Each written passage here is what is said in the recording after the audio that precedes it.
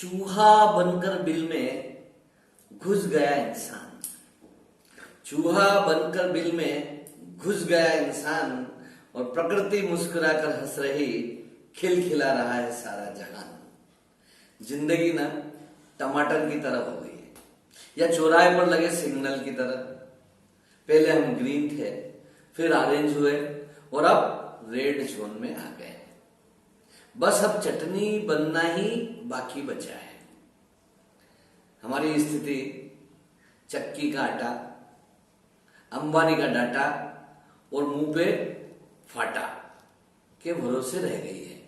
इस नाश पिटे कोरोना दास बाबा वुहान वाले को टाटा करने में अति व्याकुल mister India, Mrs India, miss India को कोरोना से जंग स्वामी मुस्कुरा के संग में आप सबका मध्य प्रदेश उज्जैन से नमस्ते।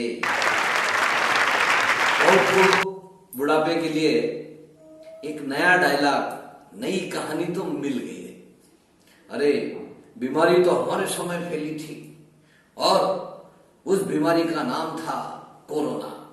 जब पोते पोती नातिन को कहेंगे कहानी प्रारंभ करने के पूर्व कि एक था वायरस कोरोना। अभी तो लंबी चलेगी कोरोना की कहानी, अभी तो लंबी चलेगी कोरोना की कहानी और याद आती रहेगी वायरस के इस दौर की जवानी। अब ना कुछ दिनों पहले स्टाइलिश होकर, सीना बुलाकर स्टेटस पर इतराते थे कि शेरों का कोई ठिकाना नहीं होता।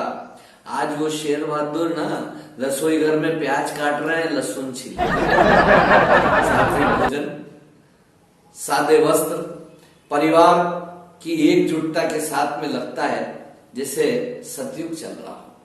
परंतु दूरदर्शन पर जब रामायण देखते हैं तो ऐसा लगता है कि त्रेता युग चल रहा है, और उसके बाद फिर महाभारत देखो तो लगता है द्वापर का युग चल रहा है। टीवी पर कोरोना का विभिन्न चैनलों पर महानाट्य देखो तो लगता है कि कलयुग चल रहा है, और कोरोना के वायरस पर फेंके गए पत्थरों के दृश्य देखो तो लगता है कि पाषाण युग चल रहा है।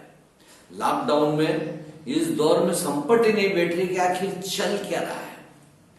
हमारे देश के युवा हृदय सम्राटों से हाथ जोड़कर निवेदन है, लॉकडाउन में अपने महलों में ही विराजे। बाप कमाई की बाइक पर दुर्योधन और दुशासन के साथ तफरी ना करें, नहीं तो ये मासूम प्रजा आपके अंतिम दर्शनों से वंचित रह जाएगी। जिस गांव में बारिश न हो वहां की फसलें खराब हो जाती है, जिस गांव में बारिश न हो वहां की फसलें खराब हो जाती है, और जिस घर में धर्म संस्कार न हो तो वहां की नस्लें खराब हो जाती है। कोरोना के इस दौर में अपनी नस्लों को संस्कारित कीजिए, बचाइए, हमारे धर्म और संस्कृति से उनको सैनिटाइज कीजिए। हैंड वॉश रोज करो ना, हैंड वॉश रोज करो ना, फेस टच मत करो ना, फेस मास्क यूज करो ना, और घर में ही रहकर कोरोना को बाय बाय करो ना।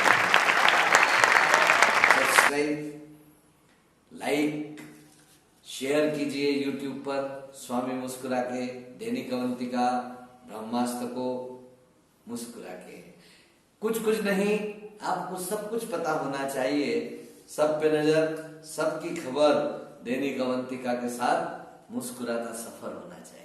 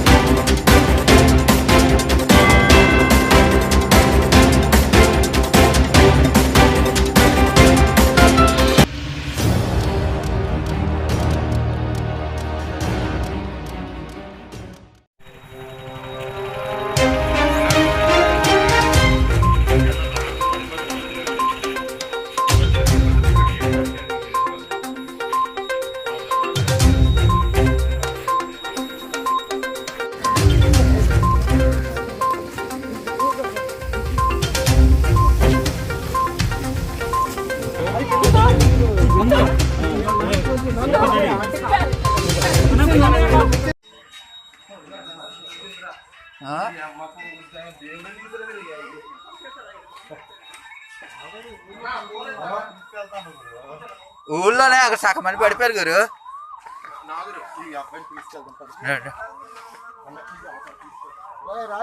వస్తుంది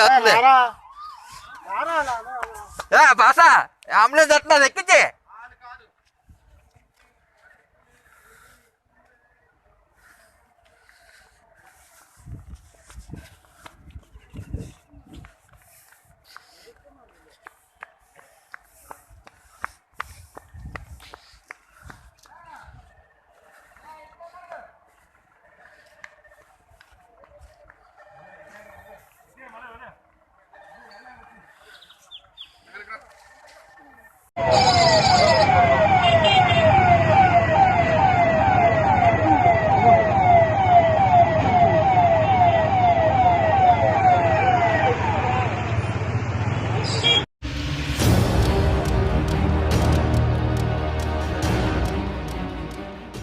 एक्सपेक्ट करते हैं एक हफ्ता 2 हफ्ता।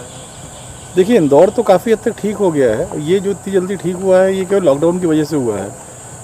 बहुत ज़्यादा इम्प्रूवमेंट है। अस्पताल लगभग 25% स्ट्रेंथ पे चल रहे हैं, 75% खाली हैं। हमारे जो मरीजों की बतलाया हमने आपको कि 500 तो डिस्चार्ज होकर जा चुके हैं। हमारे क्वारंटाइन सेंटर में जो लोग थे, जो आंकड़ा 2200-2500 तक गया था, वो पूरा कम होकर मेरे ख्याल 200-300 लोग बचे होंगे, वो भी सब खाली हो गए। तो उनको भी हम लोग मैरिज गार्डन्स को भी रिलीज़ करने की सोच रहे हैं। हमारे कोविड केयर सेंटर जो हम लोग लिए थे, जो एसिम्प्टोमेटिक मरीजों के लिए रहते हैं, वो भी अब सब खाली होते जा रहे हैं। तो उनको भी पीछे से कुछ को हम लोग रिलीज़ कर रहे हैं उसमें। अब पर ये है कि अब जो अपन ने यहाँ पर अभी तक जो सफलता पाई है, शहर के रहवासियों ने जो संयुक्त रूप से लड़ाई लड़ी है इसकी, अब उसको इस्टेब्लिश करने के लिए कुछ दिन की बात और है। मेरे ख्याल से 7 दिन 10 दिन में काफ़ी इंप्रूवमेंट आना चाहिए। पर उसके लिए ज़रूरी है कि सब लोग घरों में रहें। जैसे कल पार्ले जी की फैक्ट्री जो सावे रोड में थी, इसीलिए हम लोग ने बंद की उसको, कि वहाँ पर उनको वहीं पे 1/3 एम्प्लॉयज़ रख के काम करना था। और वो 250-300 एम्प्लॉयज़ को बुला रहे थे ऐसे क्षेत्रों से जो कि नहीं बुलाना चाहिए था उनको, लापरवाही कर रहे थे, इसलिए फैक्ट्री बंद की। तो अब इतना सब सफलता मिल गई है, अब छोटी सी भी लापरवाही अपने को नहीं करनी है। और ग्रेजुअली हम लोग पिकअप कर रहे हैं, इकोनॉमिक एक्टिविटीज़ को भी ग्रेजुअली पिकअप कर रहे हैं, परमिशन देते जा रहे हैं।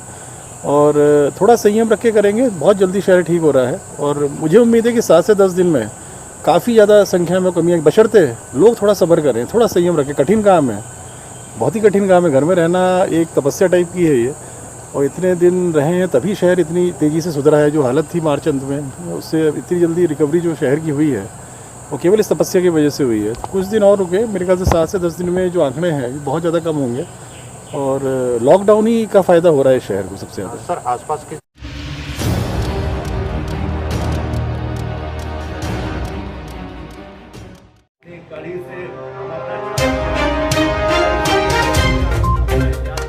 भैया बताइए किस प्रकार का पालन आप यहाँ पर लॉकडाउन का करेंगे? हम सबको ये समझाते हैं कि आपको दूध आपके घर मिल जाएगा, कहीं मेडिकल की ज़रूरत है हम आपको ला के देंगे। हमारे से कोई शिकायत का मौका भी नहीं मिलेगा। क्षेत्र में बहुत अच्छे से अच्छी व्यवस्था करेंगे कि ये हमारा क्षेत्र क्वारंटाइन हो चुका है, पर यहाँ की जो भी व्यवस्था है वो व्यवस्था सब हमें ही करनी है। और यहाँ ना तो कोई बाहर का आएगा, यहाँ से कोई बाहर जाएगा। मेरा सभी से निवेदन है, सभी से अनुरोध है कि ज़्यादा से ज़्यादा सभी की मदद करें और एक दूसरे की मदद करके क्वारंटाइन को जल्दी से जल्दी हम 14 दिन में ख़त्म करने का प्रण करते हैं। आपका परिचय? मनोज गुर्जर, भारतीय जनता पार्टी का कार्यकर्ता। देवास गेट के अंतर्गत दूध तलाई एक क्षेत्र है जिसमें एक पॉजिटिव जो कोरोना संक्रमित मरीज पाया गया है, तो जिसके तहत हमने यहाँ पे कंटेनमेंट एरिया बनाया है। और ये जो कंटेनमेंट एरिया उज्जैन का एक ऐसा आदर्श कंटेनमेंट एरिया होगा जिसमें पुलिस की भूमिका न्यूनतम होगी।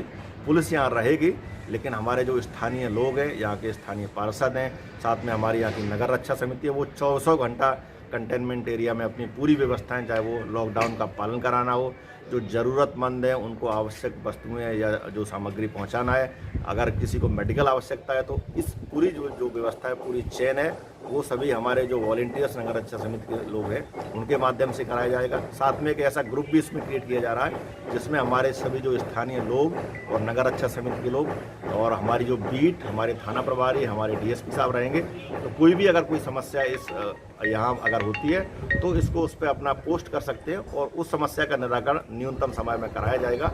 और इस कंटेनमेंट एरिया को एक आदर्श रूप में इसलिए विकसित किया जा रहा है ताकि हम इसमें जनता को एक संदेश देना चाहते हैं कि हम सब लोग मिलकर के भी अब स्वेच्छा से और पूर्ण संयम और अनुशासन से एक आदर्श कंटेनमेंट का निर्माण करके और इस संक्रमण को हम हरा सकते हैं। जाने का पूरा प्रयास करेंगे। हम ऐसा ग्रुप बनाएंगे जिसमें आप सब लोग, हमारे नगर रक्षा समिति के लोग और हमारे पुलिस अधिकारी जुड़े रहेंगे। तो आप कोई भी चीज़ डालोगे, आप मानोगे जो न्यूनतम समय होगा हम उसको सॉल्व करेंगे। लेकिन हमें पेशेंस रखना है, हमें धैर्य रखना है, हमें संयम रखना है और हमें स्व अनुशासन, सेल्फ डिसिप्लिन मेंटेन करना है। आई थिंक क्लियर है ना? तो ये हमारा है। और क्योंकि हम नहीं चाहते हैं कि यहाँ कोई डंडा लेके खड़ा रहे और वो भगा रहा है, तो ये बिल्कुल हम कतई नहीं चाहते हैं। और ये तब तभी होगा जब हम सब लोग मिलकर करें। महानंदा नगर ऐसा है, वहाँ न्यूनतम जगह, मतलब कोई भी हमें किसी को नहीं बोलना पड़ा। उसका कारण है कि आजकल में वो खत्म हो रहा कंटेनमेंट एरिया। तो हम, ये हमारे ऊपर है, क्योंकि हम अगर सब लोग मिलकर कर लेंगे तो आई थिंक बहुत जल्दी ऐसा हो जाएगा। अब आप लोग इनका छोड़ेंगे तो आप मान के चलो कि न्यूनतम समय में हम इससे निकल भी जाएंगे। साथ में किसी का कोई दूसरे किसी का संक्रमण भी नहीं होगा। और अगर मान लो किसी को लगता है कि कोई मेडिकल इमरजेंसी है, मान लो किसी को अस्पताल में दिखाना है, कोई चीज़ की कमी होती है, तो आप किसको बताओगे? तुरंत आप इन लोगों को बताओगे। या इवन आपका जो व्हाट्सएप ग्रुप है, हम जो व्हाट्सएप ग्रुप बनाएंगे सभी को जोड़ेंगे, आप उसमें डाल दोगे तो आप मानो कि आप जितना न्यूनतम समय में होगा वो चीज़ आपको इसी पॉइंट से मिल जाएगी। आई थिंक क्लियर है ना पार्षद जी? इसमें कोई संदेह हो? अब हम ऐसा करेंगे कि एक आपका इंटरव्यू कराएंगे छोटा सा। पार्षद जी बताइए, आज एडिशनल एसपी अमरिंदर सिंह साहब ने मीटिंग ली है और कुछ एडवाइस भी दी है, क्या है? माननीय एडिशनल साहब ने जो बातें कही है उसका पूर्ण रूपेण से हम पालन करेंगे, क्योंकि लगातार आज तीसरा दिन है। तीसरे दिन में भी माननीय टीआई साहब कितनी बार यहाँ आए हैं, सब लोग अपने व्यवस्थाओं में लगे हुए हैं, कोई बाहर नहीं निकल रहा। जो सुरक्षा समिति के लोग हैं देवास गेट के, वो ही उस क्षेत्र में घूम रहे हैं और कोई भी बाहर नहीं निकल रहा। हम चाहते हैं कि ये 10 दिन 14 दिन की बजाय ये 10 दिन में ख़त्म हो जाए, क्योंकि उनके परिवार की अगर रिपोर्ट नेगेटिव आती है तो निश्चित रूप से 10 दिन के अंदर हम खत्म कर देंगे। जो पुलिस प्रशासन, जो शासन चाहता है वो यह हम करके दिखाने वाले हैं।